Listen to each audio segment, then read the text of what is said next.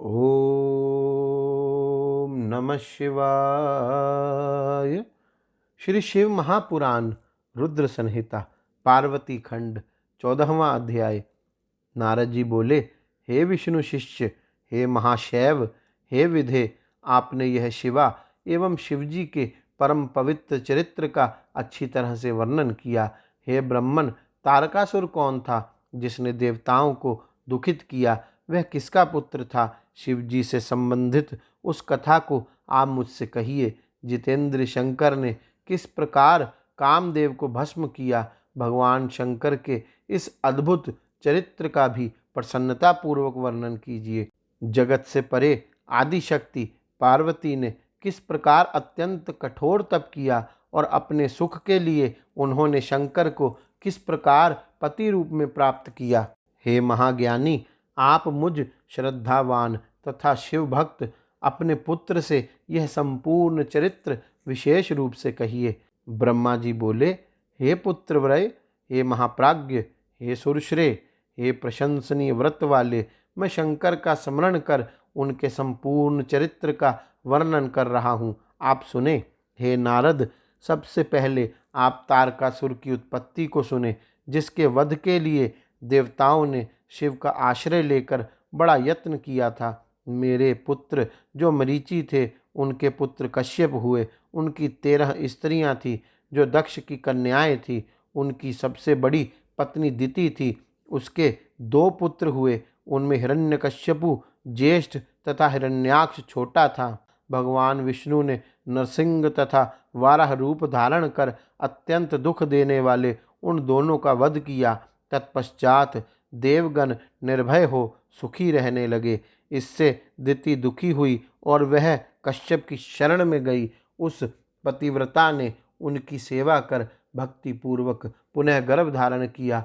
यह जानकर महान परिश्रमी देवराज इंद्र ने अवसर पाकर उनके गर्भ में प्रविष्ट होकर वज्र से उसके गर्भ के टुकड़े टुकड़े कर दिए, किंतु उसके व्रत के प्रभाव से उसका गर्भ नहीं मरा और देव योग से सोती हुई उसके गर्भ से 49 पुत्र उत्पन्न हुए। वे सभी पुत्र मरुत नाम के देवता हुए और स्वर्ग को चले गए। देवराज ने उन्हें अपना लिया। तब दिति अपने कर्म से अनुतप्त हो पुनः उनकी सेवा करने लगी और उसने महान सेवा से उन मुनि को प्रसन्न कर लिया। कश्यप बोले, हे भद्रे, यदि तुम पवित्र होकर ब्रह्मा के 10,000 वर्ष पर्यंत तपस्या करो तो तुम्हारे गर्भ से पुनः महापराक्रमी पुत्र का जन्म हो सकता है। हे मुने, दिति ने श्रद्धा के साथ जब तपस्या पूरी की तब अपने पति से गर्भ धारण कर वैसा ही पुत्र उत्पन्न किया।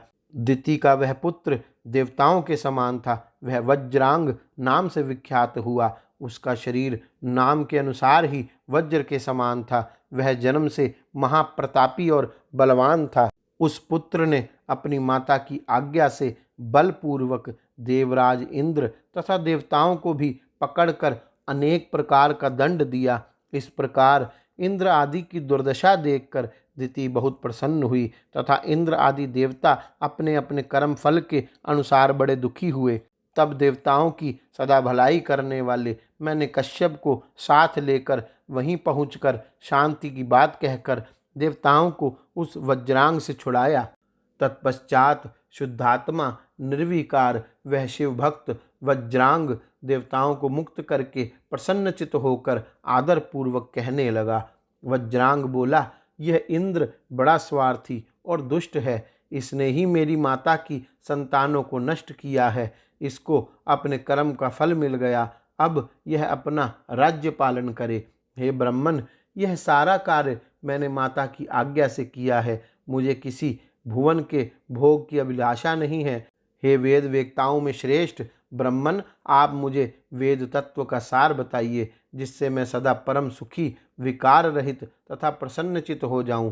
हे मुने, यह सुनकर मैंने उससे कहा, जो सात्विक भाव है वही तत्व सार है। मैंने तुम्हारे लिए प्रसन्नता पूर्वक एक सुंदर स्त्री का निर्माण किया है। उस वरांगी नाम वाली स्त्री को मैंने उस दिति पुत्र को प्रदान करके उसके पिता को अत्यंत प्रसन्न कर मैं अपने घर चला गया और कश्यप भी अपने स्थान को लौट गए।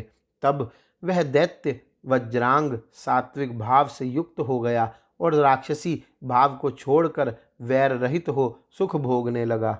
किंतु वरांगी के हृदय में सात्विक भाव का उदय नहीं हुआ और वह सकाम होकर श्रद्धापूर्वक अपने पति की अनेक प्रकार से सेवा करने लगी। वरांगी का पति महाप्रभु वह वज्रांग उसकी सेवा से संतुष्ट हो गया और उससे कहने लगा। वज्रांग बोला, हे प्रिय, तुम क्या चाहती हो? तुम्हारे मन में क्या विचार है, मुझे बताओ। तब उसने विनम्र होकर पति से अपने मनोरथ को कहा। वरांगी बोली, हे सतपते, यदि आप मुझसे प्रसन्न हैं तो मुझे ऐसा पुत्र दीजिए जो महाबली, त्रिलोकी को जीतने वाला तथा इंद्र को दुख देने वाला हो। ब्रह्मा जी बोले, अपनी पत्नी का यह वचन सुनकर वह व्याकुल तथा आश्चर्यचकित हो गया। वैर रहित, ज्ञानी एवं सात्विक वह वज्रांग अपने मन में सोचने लगा, मेरी प्रिया देवताओं से विरोध करना चाहती है, परंतु मुझे यह अच्छा नहीं लगता। अब मैं क्या करूं, कहाँ जाऊं और कौन ऐसा उपाय करूं जिससे मेरी प्रतिज्ञा नष्ट ना हो। यदि प्रिया का मनोरथ पूर्ण होता है तो तीनों लोक कष्ट में पड़ जाएंगे तथा देवता और मुनि भी दुखी हो जाएंगे, परंतु यदि प्रिया का मनोरथ पूर्ण नहीं हुआ तो मुझे नरक भोगना पड़ेगा। दोनों ही प्रकार से धर्म की हानि होगी, ऐसा मैंने धर्मशास्त्रों से सुना है। हे मुने, इस तरह धर्म संकट में पड़ा हुआ वह वज्रांग भ्रम में पड़ गया। वह अपनी बुद्धि से दोनों बातों के उचित अनुचित पक्षों पर विचार करने लगा। हे मुने, उस समय उस बुद्धिमान वज्रांग ने शिव की इच्छा से स्त्री की बात मान ली। उस दैत्यराज ने प्रिया से कहा, ठीक है, ऐसा ही होगा।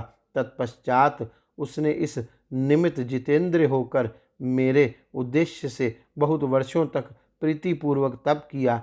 तब उसका महातप देखकर उसे वर प्रदान करने के लिए मैं गया और प्रसन्न मन से मैंने उससे कहा, वर मांगो। उस समय वज्रांग ने प्रसन्न हुए मुझ विभु को आकाश में स्थित देखकर प्रणाम करके नाना प्रकार की स्तुति कर प्रिया के लिए हितकारी वर मांगा। वज्रांग बोला, हे प्रभु, आप मुझे ऐसा पुत्र दीजिए जो अपनी माता का तथा मेरे परम हित करने वाला, महाबली, महाप्रतापी, सर्वसमर्थ और तपोनिधि हो। ब्रह्मा जी बोले, हे मुने, उसका यह वचन सुनकर मैंने तथास्तु कहा और इस प्रकार उसे वर देकर शिव का स्मरण करते हुए उदास होकर मैं अपने स्थान को लौट आया।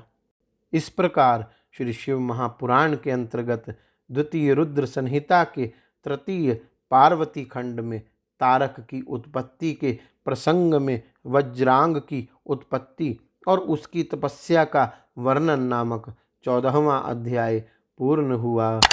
गौरी शंकर भगवान की जय। ओम नमः शिवाय।